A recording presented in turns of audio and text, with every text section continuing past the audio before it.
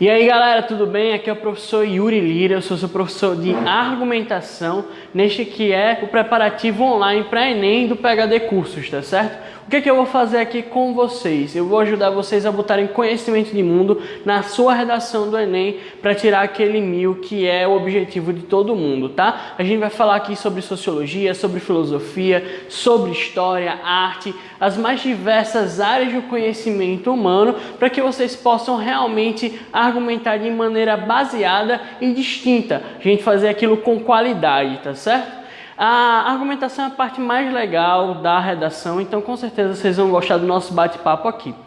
Nossa primeira aula vai se dar a partir do processo de discussão sobre o tema do último Enem, o Enem 2019, que versou sobre a democratização do acesso ao cinema, tá? A gente vai pensar aqui o que é que vocês poderiam ter colocado, operacionalizado dentro da sua redação para poder ter argumentado com qualidade, e a gente vai fazer isso a partir de agora, tá? Primeira coisa que eu quero que vocês pensem, a gente tem que iniciar, a gente tem que dar uma introdução na sua redação. Vocês vão ver isso quando vocês forem pegar as aulas de estrutura, de análise textual e tudo mais, tá? Mas eu acho que seria interessantíssimo se vocês iniciassem com uma frase, uma citação, né, de um dos grandes cineastas, talvez o maior cineasta vivo, porque o filme dele, Cidadão Kane, foi eleito o melhor filme da história do cinema, que é o Orson Welles, tá? O que é que ele falava?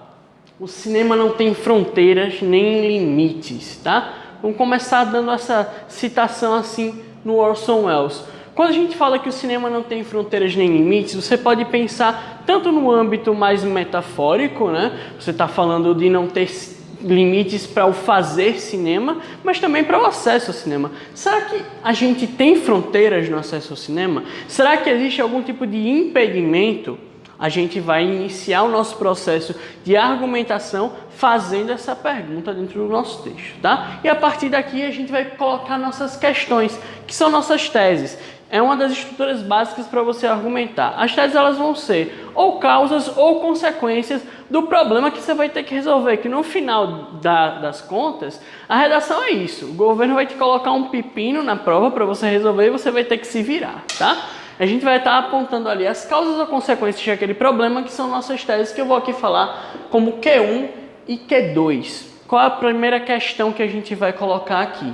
Os lucros da indústria do cinema são salvaguardados pelo filtro do que, como e quem tem acesso às produções cinematográficas. Ou seja, não é todo mundo que pode fazer cinema e também não é todo mundo que pode consumir cinema, pelo menos não todo tipo de cinema. Como é que as coisas elas são legadas? Como é que as coisas elas são filtradas para você ter acesso a elas? Deixa eu fazer uma pergunta aqui, galerinha, para vocês.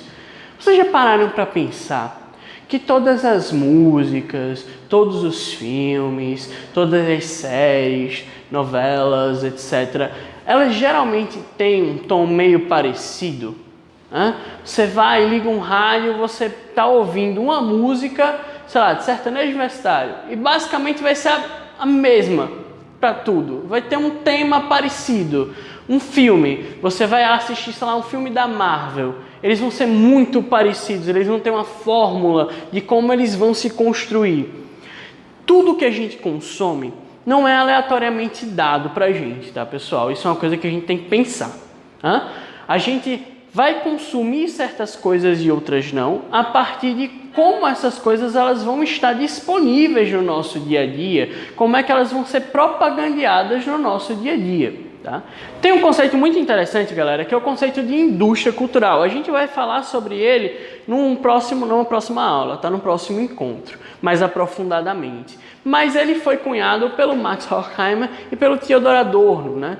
Quando eles falam que existe algum tipo de mecanismo dentro da indústria do produzir cinema, do produzir cultura, né? Produtos culturais, produtos artísticos, que vai ter basicamente duas características. O de controlar o que a gente pensa, né? De nos oferecer certos valores, ideologias, etc., através da arte, e o de fazer com que essa arte, esse lazer, ele seja basicamente mais um produto como qualquer outro. São as duas características principais. Alguns autores posterior ao Theodor Adorno e ao Max Horkheimer vão usar esse conceito de indústria cultural e vão fazer um pente fino, né? Vão colocar ali na sintonia do que eles querem falar com isso. Por exemplo, o Stuart Hall. O Stuart Hall é um sociólogo, um antropólogo muito importante, tá? Em especial dos anos 80 para cá, ele vai ser um dos grandes que vão dar a tônica, tá certo? Do que é discutido dentro dos campos da cultura, da arte e dos paradigmas do que a gente chamaria de uma pós-modernidade e uma quebra de paradigmas, né? O Stuart Hall, ele vai colocar que as indústrias culturais, pela repetição e seleção, impõem e implantam as definições do que é consumido, basicamente, tá? Então, quando eu falo que vocês vão perceber que aquela música, aquele filme, ele é muito parecido com aqueles outros que você já ouviu, não é à toa, tá, galera? Isso não é uma mera coincidência do acaso, é feito para ser assim. A indústria ela precisa passar de maneira repetitiva um certo modelo para que você passe a consumir apenas aquilo, salvaguardando os lucros das grandes corporações, como por exemplo a MGM, Universal, coisas desse tipo, né? Todos os filmes eles vão ter grandes conglomerados por trás, em especial aqueles filmes hollywoodianos, né, mais blockbusters. Por exemplo, como eu falei novamente, os filmes da Marvel, são da Disney, os filmes Star Wars são da Disney, os filmes da Disney são da Disney. Então, você vai ter esses grandes conglomerados que vão criar fórmulas para você simplesmente introjetar, consumir, como se não houvesse amanhã. E a partir disso, ele vai minar o seu acesso ao cinema, ele vai minar o seu acesso às artes no geral, porque você só vai consumir aquilo. Você vai para o shopping, você vai para aquela grande cadeia de cinema e vai assistir o que tiver lá. Existe uma produção muito mais vasta e que está sendo feita nas mais diversas formas e pelos mais diversos agentes, atores, etc. Mas você não vai conseguir estar consumindo aquilo, porque ele não vai estar disponível. Olha que coisa louca! Ele não vai estar na sua vida, no seu cotidiano. E para você aquilo não vai acontecer. Por exemplo, cinema nacional. Cinema nacional você sempre está assistindo aquelas mesmas comédias, pastelão, ou então algum filme que se sustenta, por exemplo, através do lance da ação, né? Como Tropa de Elite, Cidade de Deus, que inclusive é um ótimo filme, mas você sempre vai ter o mesmo tipo de filme passando nos cinemas mais comerciais. Sendo que, por exemplo, o cinema brasileiro, ele tem as mais diversas produções, inclusive polos de produção que pouca gente conhece. Por exemplo, cinema nordestino, em especial cinema pernambucano, tem pérolas maravilhosas que pouca gente tem acesso, que fica restrito àqueles clubes de filme meio de cinéfilos, né, de pessoas metidas a cult e tudo mais. Na região de Contagem, de Minas Gerais, também tem uma série de filmes que têm sido produzidos nos últimos tempos e que as pessoas elas não vão ter acesso com tanta facilidade, simplesmente porque elas não sabem que aquilo existe. Então, minar o acesso ao cinema, não democratizar o acesso ao cinema, também tem a ver com o que é que você está consumindo a partir do que é oferecido a você. Isso é uma coisa fundamental para a gente pensar, tá certo? Porque tem uma coisa que, assim, é básica. Quando a gente está falando de cinema, a gente está falando de arte. Quando a gente está falando de arte, a gente está falando de cultura. E dentro das nossas relações culturais, a gente tem um problema de hierarquização muito forte. Você já parou para pensar que muitas pessoas elas veem a cultura como algo que se tem? Ah, fulano ele tem cultura, o cara é uma pessoa culta. Mas todo mundo tem cultura no final das contas. O que é cultura, pessoal? Cultura é um complexo de hábitos, costumes, crenças, símbolos, signos que são comungados por um determinado povo, por um determinado grupo, né? Tudo mais. Então, pensar que fulano tem ou não cultura é bizarro, porque todo ser humano ele comunga de um grupo que comunga de uma cultura, tá certo? O que acontece quando a gente enuncia esse tipo de julgamento de valor, né? Fulano tem ou não cultura. A gente hierarquiza a cultura. A gente está participando de um movimento, a gente participa de uma linha de pensamento que pode ser considerada etnocêntrica. O que é esse etnocentrismo? É colocar uma cultura como central ou superior a todas as outras. Isso acontece muito, por exemplo, quando a gente pensa na cultura erudita. Ah, você vai ver aquele filme mais artístico. Ah, você vai ouvir aquela música clássica de Mozart, Beethoven. Ah, então você vai para um teatro ou você vai para uma galeria de arte. Isso é uma coisa erudita, sofisticada, é uma coisa para poucos, entende? Então, as pessoas elas tendem a hierarquizar os tipos de cultura que são feitas, colocando o erudito acima do que é popular, né?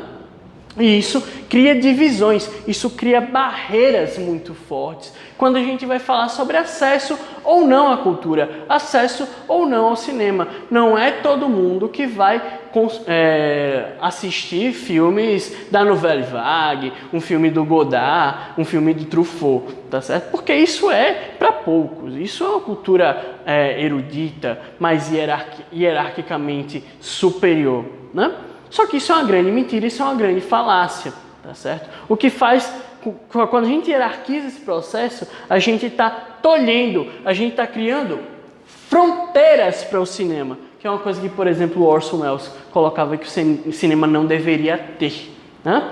Então, a gente passa dessa problemática dos lucros, do que é apresentado para a gente como aquilo que a gente deve consumir diariamente ou aquilo que é para poucos, para um grupo seleto de pessoas muito iluminadas, né? A gente tem esse grande problema para solucionar e esse grande pepino na nossa mão. E a gente tem um outro que é tão importante quanto, que tem a ver com a falta de interesse do Estado de não tomar a frente no processo de democratização de maneira espontânea. Por quê? Porque esse Estado ele vai estar muito pressionado pela indústria cultural, tá certo? E ele vai se sentir acuado no processo de abrir os leques, fazer com que, fulaninho que mora na periferia, ou fulaninho que mora no interior, também tem que ter acesso às mais diversas formas de cultura, às mais diversas formas de cinema, tá? Isso acontece com muita frequência. Não é à toa que a gente tem grandes conglomerados de cinema nos grandes shopping centers das cidades e poucas salas de cinema independentes ali no interior do estado, naquela cidadezinha pequena que está nas imediações da área metropolitana das capitais. Isso é fundamental para a gente pensar, isso é uma questão que a gente tem que colocar. Por quê? Temos aqui o Nelson Caclini, que é um antropólogo argentino muito importante, que fala sobre essa questão da cultura popular, né? Dessa desvirtuação do popular por conta tanto da indústria quanto da hierarquização da cultura, e ele vai colocar que o real potencial de mudança vai se encontrar nas iniciativas independentes. Sabe aquela sala de cinema que é única na sua cidade, que fica muitas vezes afastada dos grandes polos, e que só lá você vai ver filmes estrangeiros ou filmes brasileiros mais underground, e que ela não tem nenhum subsídio do governo, ela está o tempo todo fazendo promoção, está o tempo todo fazendo algum tipo de campanha para manutenção, para a sobrevivência daquela sala, daquele conglomerado cultural. Então, essa galera aí que não é assistida pelo Estado. O Estado dá o quê? Isenção fiscal para os grandes conglomerados de cinema, o que é um problema muito forte. Você está novamente barrando o acesso ao cinema por conta das pessoas. Isso vai encarecer muito o ticket, o bilhete para você entrar na sala. Isso vai dificultar muito das zonas mais periféricas, que geralmente ficam ao largo dos centros, que são geralmente onde ficam os shoppings, né, etc. Vai dificultar essas pessoas que estão à margem do centro da cidade de frequentarem aquelas salas de cinema, porque está muito longe, ou então é muito caro e tudo mais, tá? Então, quando a gente pensa que o Estado ele não toma essa frente do processo de democratização de maneira espontânea, Nelson Caclini está dizendo o seguinte: a gente tem que apostar na cena independente. Tá? São eles que estão trazendo dentro de si um bojo, uma coisa que ele chama de cultura democrática da arte. Tá certo? Essa cultura democrática da arte é uma coisa fundamental para a gente pensar na democratização do cinema, do acesso ao cinema. Então o Nelson está colocando aqui, aquela galera que faz cinema independente, aquela galera que está dando dinheiro, financiando do seu bolso uma sala de cinema que não está nos grandes meios, que não lança só blockbusters, coisas desse tipo, ela que vai ser o fôlego, ela que vai ser a chama, a fagulha para a democratização do cinema de verdade. Só que ela não pode fazer isso sozinha. Ela precisa que a sociedade civil como um todo, a partir de um olhar mais carinhoso para essa democratização, impulsione o Estado, pressione ele para que ele não ceda às indústrias e possa subsidiar essa galera, possa subsidiar essas iniciativas independentes, para que eles se mantenham vivos, para que eles mantenham rodando, tá? E só assim,